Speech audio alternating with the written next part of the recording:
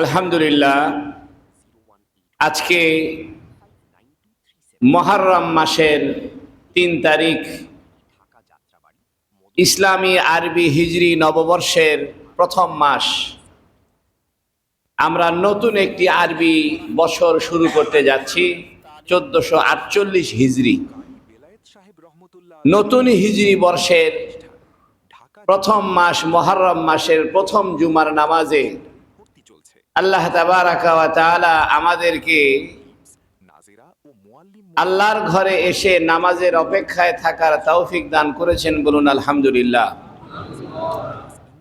আমরা বিগত সপ্তাহে বলেছিলাম যে চাঁদের হিসাব রাখা ফরজে কিফায়া। চাঁদের হিসাব রাখা, প্রত্যেক এলাকায় কিছু মানুষ এমন থাকতে হবে যারা চাঁদের হিসাব রাখবে। যেহেতু চাঁদের হিসাব যদি না রাখা হয়, তাহলে রমজান কোন মাস কখন থেকে শুরু হচ্ছে, কুরবানি ঈদ কখন হবে, ঈদুল ফিতর কবে হবে, এ সমস্ত বিষয় সন্দেহে পতিত হবে। এজন্য সারা বছর মুসলমানদের একটি দল প্রত্যেক এলাকায় কিছু মানুষ, তারা যেন আরবি মাসের খোঁজ খবর রাখে, এটা ফরজে কিফায়া। এই জন্য নতুন আরবি মাসে আপনাদের জন্য ক্যালেন্ডার ছাপানো হয়েছে, শুধু আরবি মাসকে কেন্দ্র করে, অর্থাৎ আরবি মাসটা মূল ফোকাস, এর সঙ্গে ইংরেজি মাসও থাকবে, বাংলা মাসও থাকবে। আরবিটা হলো মূল। মুহররম থেকে এই ক্যালেন্ডার শুরু।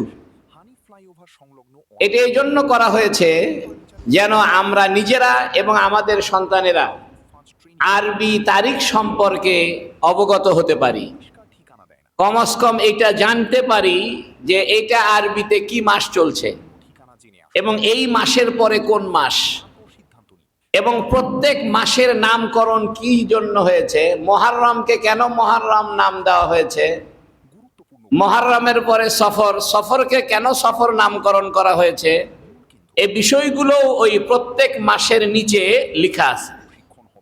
এজন্য আপনারা এই ক্যালেন্ডারটা নিয়ে যাবেন। এটা মুসলমানদের জন্য ফরজে কিফায়া। প্রত্যেক এলাকায় এই ক্যালেন্ডারের খোঁজ খবর না রাখলে গুনাহগার হব। এবং আমাদের একটা ঐতিহ্য যে আমাদের ধর্মীয় ক্যালেন্ডার আছে। পৃথিবীতে বহু ধর্মের ধর্মীয় কোনো ক্যালেন্ডার নাই, এবং হজ অনুষ্ঠিত হয় এই ক্যালেন্ডার অনুপাতে, রমজান অনুষ্ঠিত হয়, এবং আশুরা মুহররমের 10 তারিখ, যেটাকে আমরা আশুরা বলছি, এই তারিখটাও তো নির্ধারণ করার জন্য ক্যালেন্ডারের দরকার। এই জন্য আপনারা এই ক্যালেন্ডারটা নিজ উদ্যোগে নেবেন এবং অপরকে হাদিয়া দিবেন, এবং হিজরি নববর্ষের শুভেচ্ছা জানিয়ে তাকে হাদিয়া দিবেন যে দেখো, আমরা তো ইংরেজি নববর্ষ পালন করি, বাংলা নববর্ষ পালন করি, আমাদের মুসলমান হিসেবে আরবি নববর্ষ পালন করার দরকার নাই, কিন্তু জানার দরকার।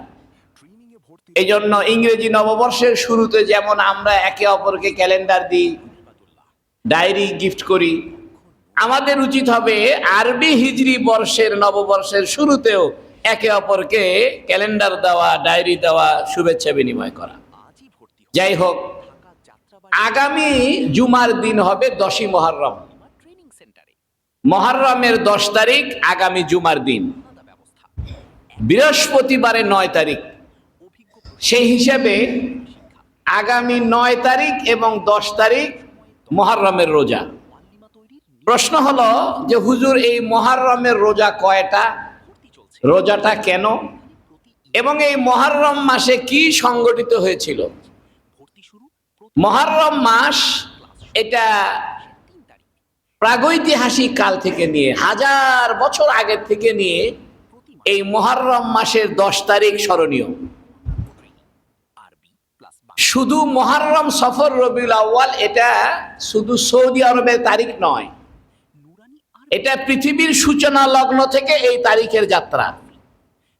কারণ পৃথিবীর সূচনা লগ্ন থেকে হজ আছে। আদম আলাইহিস সালাম হজ করেছেন, সমস্ত নবীরা হজ করেছেন, এবং হজ করেছেন এটা জিলহজ মাসের 9 তারিখে। সেই হিসাবে জিলহজ মাসের 9 তারিখ যে দিনে আদম আলাইহিস সালাম হজ করেছিলেন, সেই দিনও ধারাবাহিকতার পর্যায়ের অবলম্বন করে আজকেও সেই দিনে হজ হচ্ছে। এই জন্য ইসলামী আরবি হিজরি তারিখ এটা কোনো মানুষের বানানো তারিখ নয় যে মানুষ এটা বানিয়েছে। যেমন আমরা বাংলা নববর্ষ বৈশাখ জ্যৈষ্ঠ এটা মানুষে তৈরি করেছে। ডক্টর মোহাম্মদ শহীদুল্লাহ এটাকে সংস্কার করেছেন যে প্রথম 5 মাস 31-এ হবে, পরের 7 মাস 30-এ হবে, ফাল্গুন মাস 29-এ হবে, এটা উনি নির্ধারণ করেছেন। এই জন্য কলিকাতার বাংলা তারিখের সঙ্গে বাংলাদেশের বাংলা তারিখের মিল হয় না। কলিকাতার বাংলা তারিখ আলাদা, বাংলাদেশের বাংলা তারিখ আলাদা।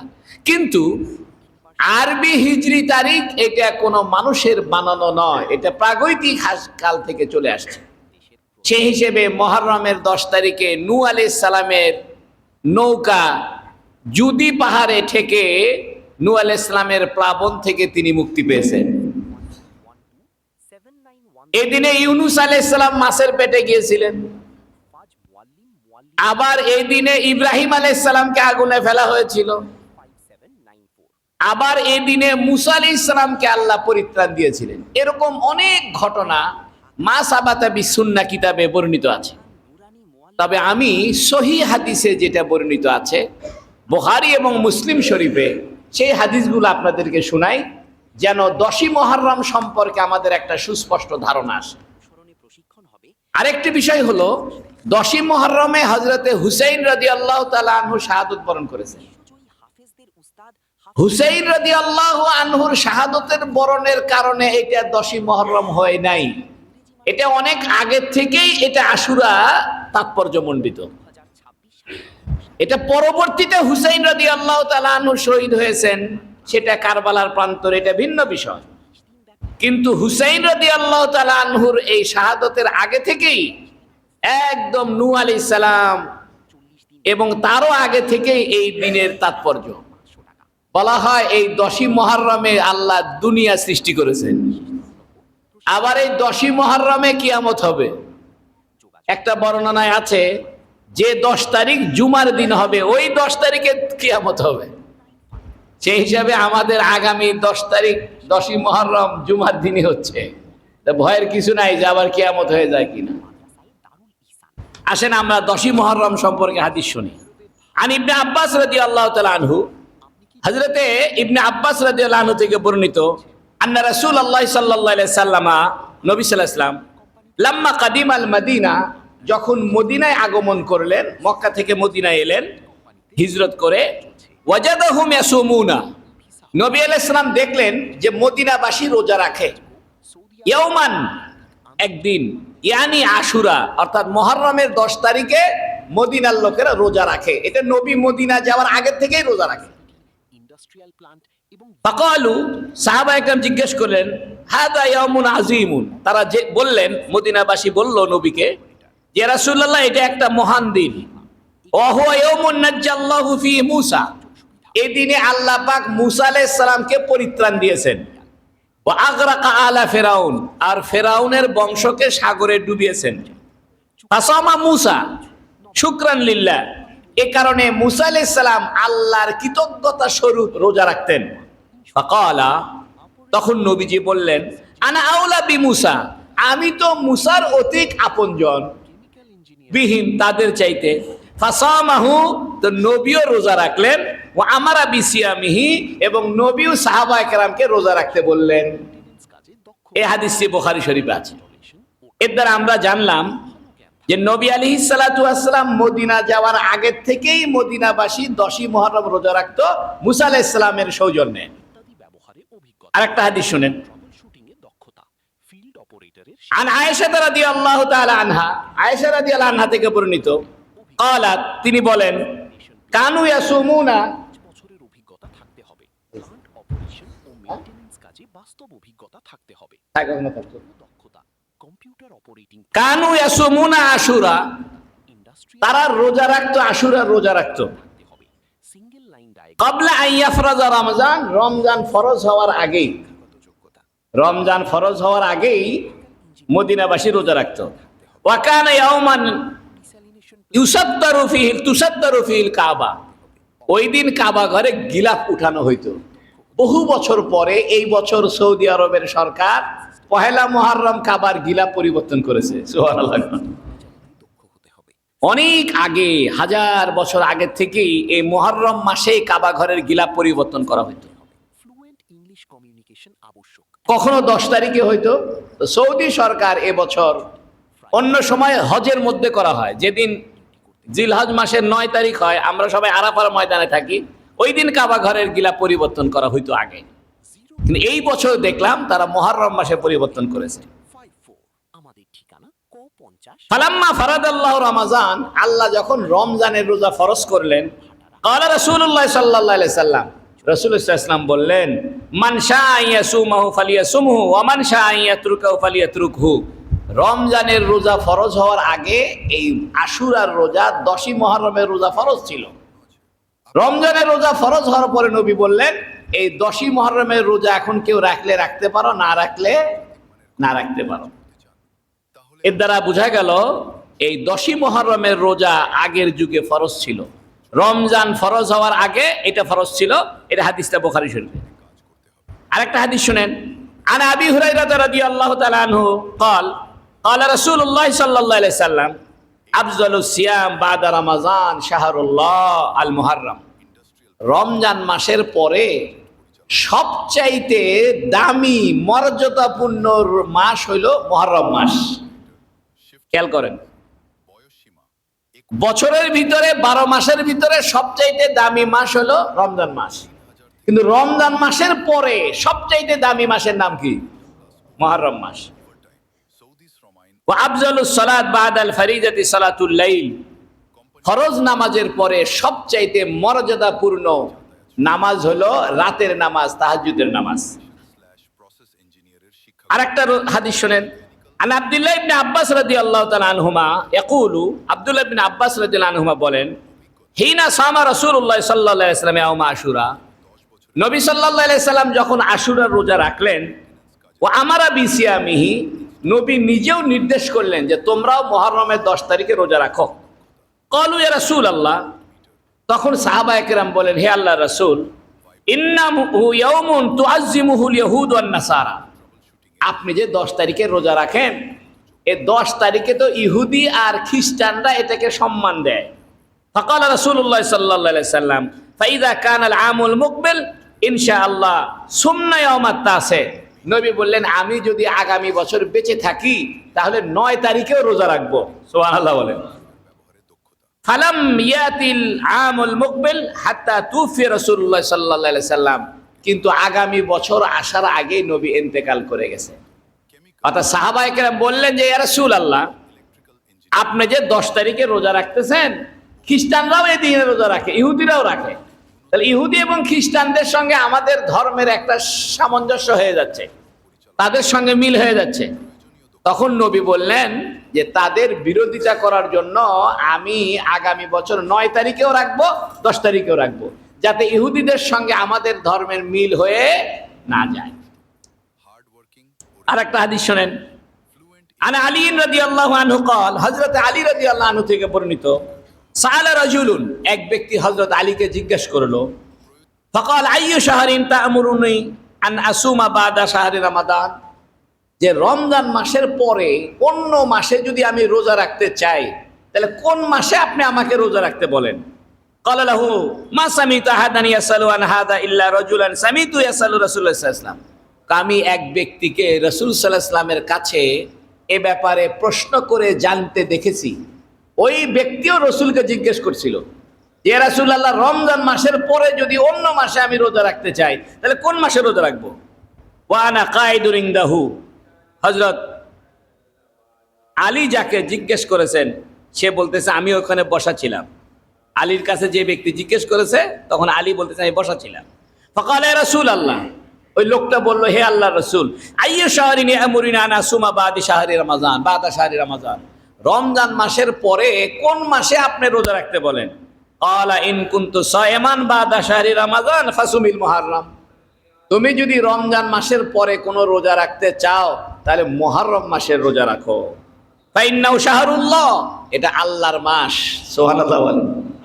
কিসের মাস? বুঝেন, আল্লাহ কিন্তু রমজান মাসকে আল্লাহর মাস বলেনি। রমজান মাসকে আল্লাহ বলছে কোরআনের মাস, আর মুহররম মাসকে বলতেছে আল্লাহর মাস। ফিহি ইয়াউমুন, এই মুহররম মাসে একটা দিন আছে, তাবা ফিহি আলা কওমিন, আল্লাহ এক জাতির তওবা এই মাসে কবুল করেছেন। ওয়া ইয়াতুবু ফিহি আলা কওমিন আখারিন, অন্য জাতির তওবাও আল্লাহ এই মাসে কবুল করবেন। সুবহানাল্লাহ। এর দ্বারা বোঝা গেল মুহররম মাসে বনি ইসরাইলের তওবা কবুল হয়েছিল, মুসা আলাইহিস সালামের উম্মতের। নবীজি বলছেন এই মাসে অন্য সম্প্রদায়, এর মানে আমরা, এই উম্মতের তওবা আল্লাহ এই মাসে কবুল করবেন। এই জন্য বোঝা যায় এই মুহররম মাসটা তওবার মাস, এবং এই মুহররম মাসে তওবা করলে আল্লাহ তওবা কবুল করেন। এখন এই মুহররমের রোজা রাখলে লাভ হবে কি? আন আবি কাতাদা রাদিয়াল্লাহু আনহু আন্না নবী সাল্লাল্লাহু আলাইহি সাল্লাম قال, নবী সাল্লাল্লাহু আলাইহি সাল্লাম বলেছেন, সিয়ামু ইয়াউমি আশুরা, আশুরার দিনের রোজা অর্থাৎ মুহররমের 10 তারিখের রোজা, ইন্নী আহতাসিবু, আমি আশা করি, আলাল্লাহ, আল্লাহর উপরে, আইয়ুকাফফারাতাস সানাতাল্লাতী ক্বাবলা, পূর্ববর্তী 1 বছরের গুনাহের কাফফারা হয়ে যাবে। কাফফারা মানে মুছে দেওয়া, অর্থাৎ পূর্ববর্তী 1 বছরের গুনাহ আল্লাহ মাফ করে দিবেন। এই জন্য আসুন, আগামী জুমার দিন মুহররমের 10 তারিখ, এটা আশুরা, এটা একটা ঐতিহাসিক দিন। এই দিনে অনেক ঘটনা ঘটেছে, বিশেষ করে সবচেয়ে বড় ঘটনা যেটা হাদিস শরীফে বর্ণিত হয়েছে, সেটি হলো এই দিন আল্লাহ পাক মুসা আলাইহিস সালামকে সাগর দ্বিখণ্ডিত কইরা আল্লাহ তাকে পার করে দিয়েছেন, এবং মুসা আলাইহিস সালামের কওমের তওবা কবুল করেছেন, আর ফেরাউনকে ডুবিয়ে মেরেছেন। একটা কথা বলে শেষ করি, সাগরের পানি কেন ডুবাইলো না মুসাকে, আর ফেরাউনকে কেন ডুবাইলো? এটা 2টা কারণ উল্লেখিত হয়েছে কিতাবে। একটা হলো যে আল্লাহ পাক মুসা আলাইহিস সালামের ভয়ে ফেরাউনকে পানিতে ভাসিয়ে দেওয়া হয়েছিল। আল্লাহ কইতেছে, দেরি কর, তোর ভয়েতে আমার নবীকে পানিতে ভাসতে হয়েছে, তোরে আমি পানিতে ডুবাই মারবো। অর্থাৎ যে জুলুম যেরকম হয় আল্লাহ তার শাস্তি সেরকম দেয়। আরেকটা বিষয় হলো, দুনিয়াতে কার্যকারণের দুনিয়া হলো এই পৃথিবী, অর্থাৎ কোনো কিছু কোনো কারণ ছাড়া হয় না, এবং এই কারণটা বস্তুর ভিতরে আল্লাহ রেখে দিয়েছেন। যেমন ঝাল হওয়া, এটা কাঁচামরিচের ভিতরে রেখে দিয়েছেন। মিষ্টি হওয়া, এটা আমের ভিতরে রেখে দিয়েছেন। জ্বালিয়ে দেওয়া, এটা আগুনের ভিতরে রেখে দিয়েছেন। পানিতে ডুবে যাওয়া, ভিজে যাওয়া, ডুবে যাওয়া, এটা পানির ভিতরে আল্লাহ রেখে দিয়েছেন। এটা বস্তুর ভিতরে এটার সবব আছে। অর্থাৎ আগুন হলো সবব, কারণ জ্বালিয়ে দেওয়া হলো মূল উদ্দেশ্য। আগুনের কাজই হলো জ্বালিয়ে দিবে। কিন্তু ইব্রাহিম আলাইহিস সালামকে জ্বালালো না, মুসা আলাইহিস সালামকে ডুবালো না।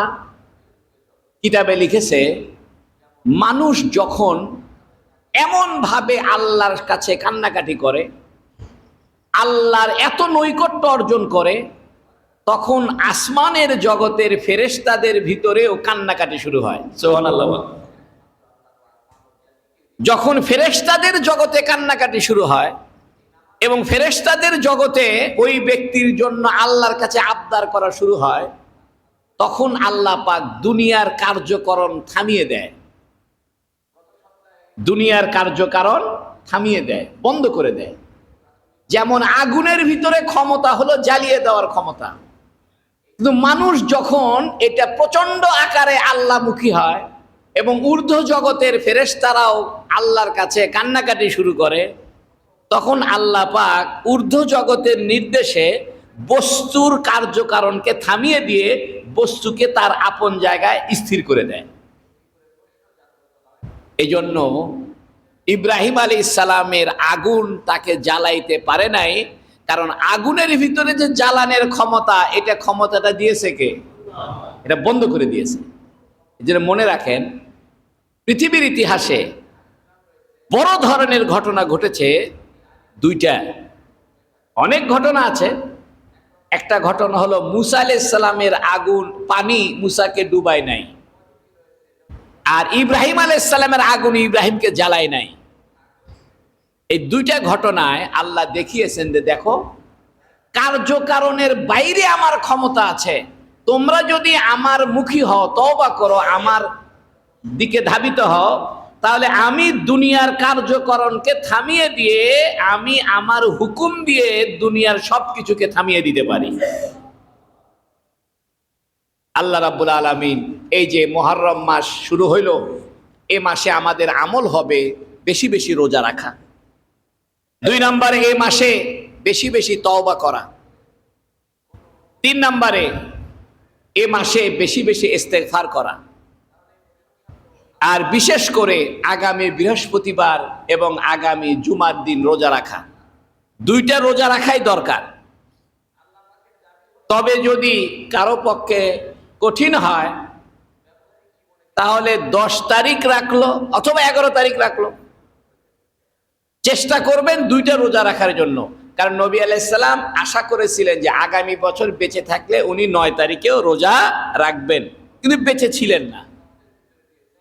আশা তো করেছেন, সেই আশার বাস্তবায়নে আমরাও ইনশাআল্লাহ মুহররমের 9 তারিখ আগামী বৃহস্পতিবার অর্থাৎ বুধবারে রাত্রে খানা খেয়ে বৃহস্পতিবারে রোজা রাখবেন এবং জুমার দিনে রোজা রাখবেন।